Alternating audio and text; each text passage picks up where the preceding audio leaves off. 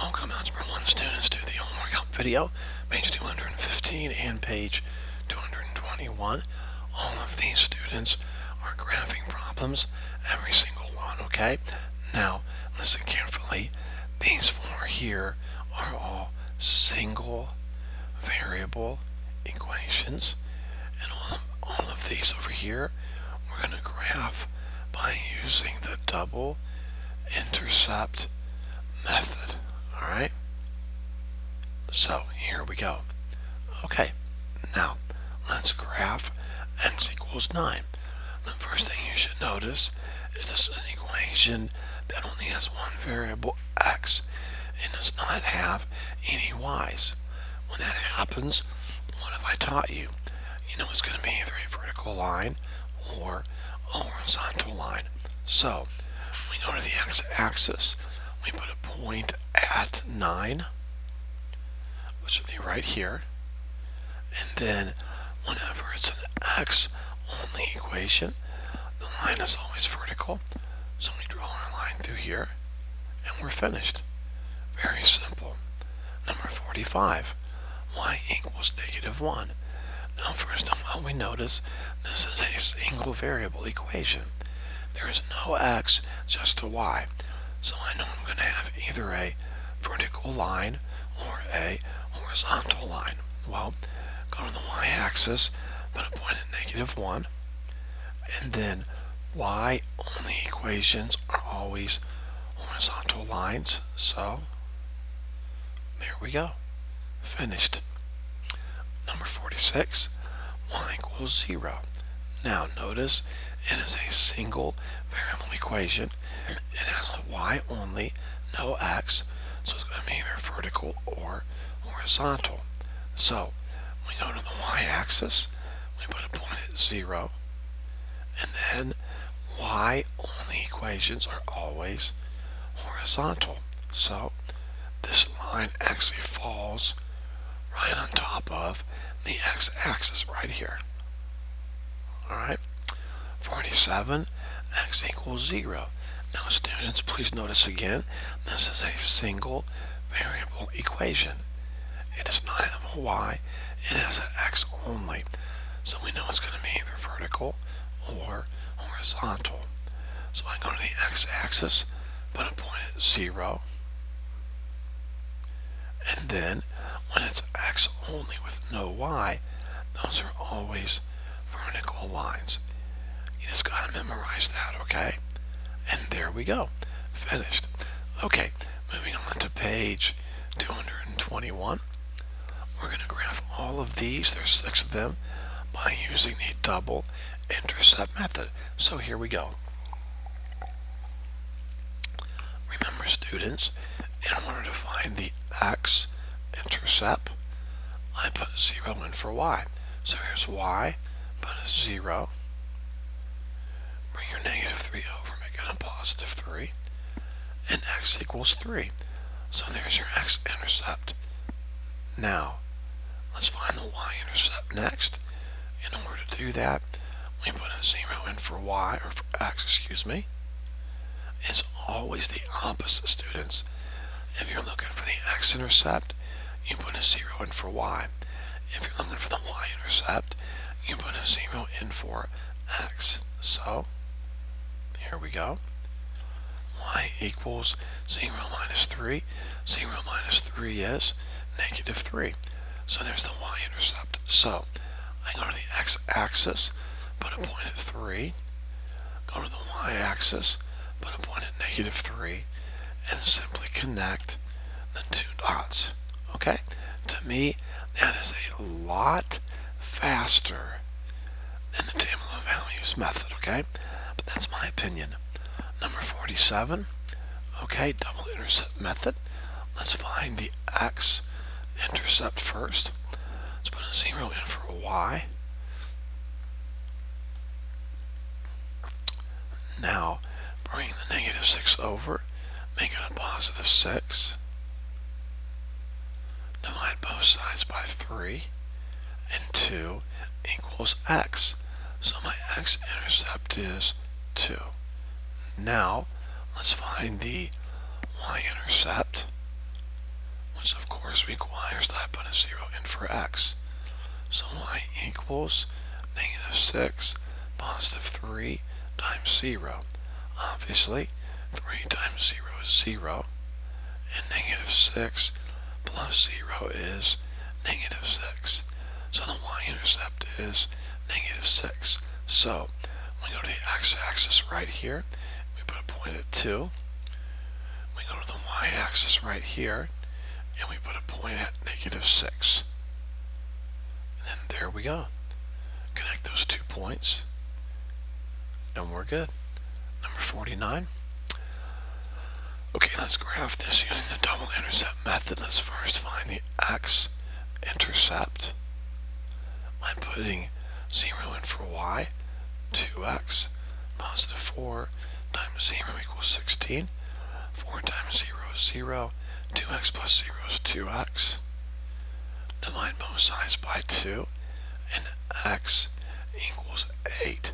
So there is my x-intercept. Now let's find the y-intercept.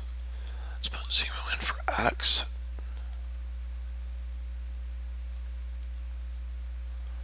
2 times 0 is 0. 0 plus 4y is 4y. Divide both sides by 4, and y equals 4.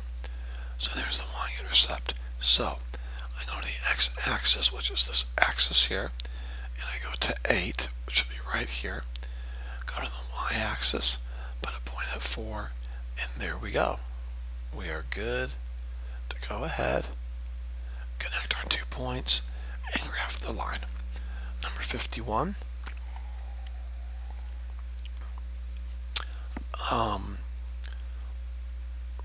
Let's graph this linear equation using the double intercept method. So let's find the x-intercept. Put a 0 in for y. X negative 7 times 0 equals 21. 7 times 0 is 0. So x minus 0 is x, and x equals 21. Now let's find the y-intercept. I know that's a really big number, but we'll worry about that later, okay? We're looking for the y-intercept, so let's put 0 in for x. 0 minus 7y is negative 7y. Divide both sides by negative 7, and y equals negative 3. Now, there's no way on the x-axis I'm going to draw 21 tick marks. So I've got 21 here and 3 here. Let's just make all of our tick marks be worth 3. So I can do that as long as I'm consistent. So on the x-axis, I'm going to go to 21. That would be right here. 3, 6, 9, 12, 15, 18, 21. On the y-axis, I'm going to negative 3. That'll be right here. Down 3 because each tick mark is 3. And there we go. Connect your 2 points, and we're good. Number 53. All right. Let's find the x-intercept by putting 0 in for y.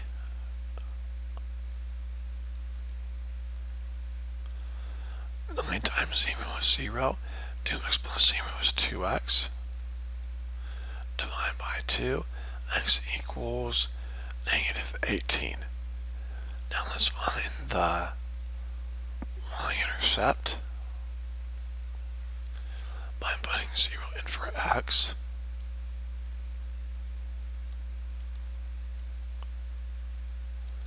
2 times 0 is 0. 0 plus 9y is 9y.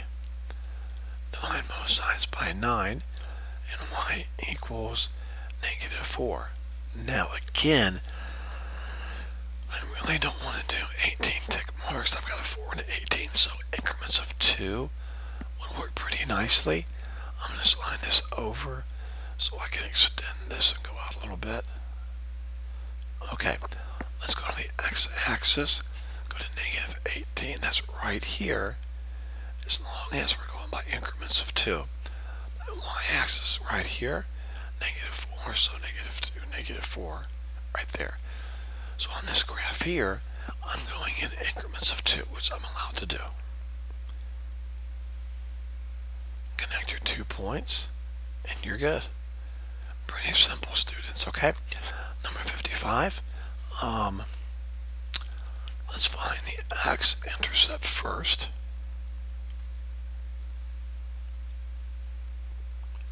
Where the y is, I will substitute as 0.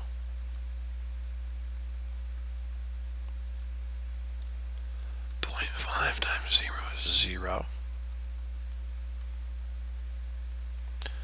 Bring the 2x over, make it a positive 2x.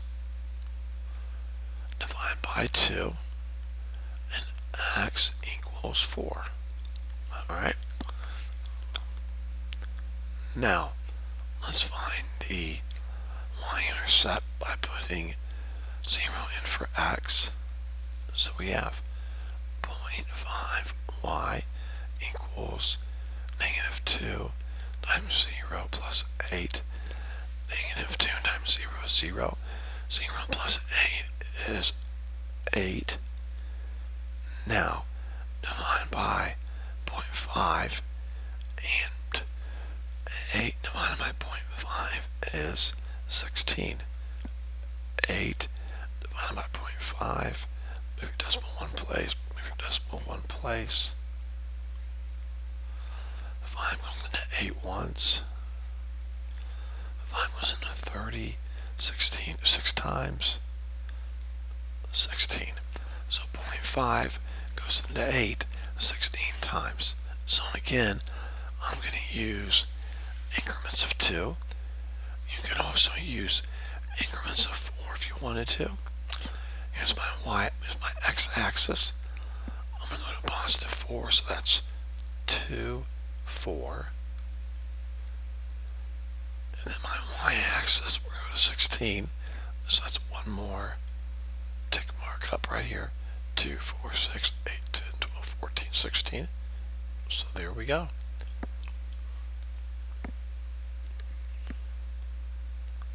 Connect your 2 points the best you can. Which for me is not very good, but that's good enough. And that's it.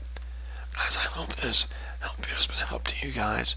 If you have any questions at all, please don't hesitate to contact me.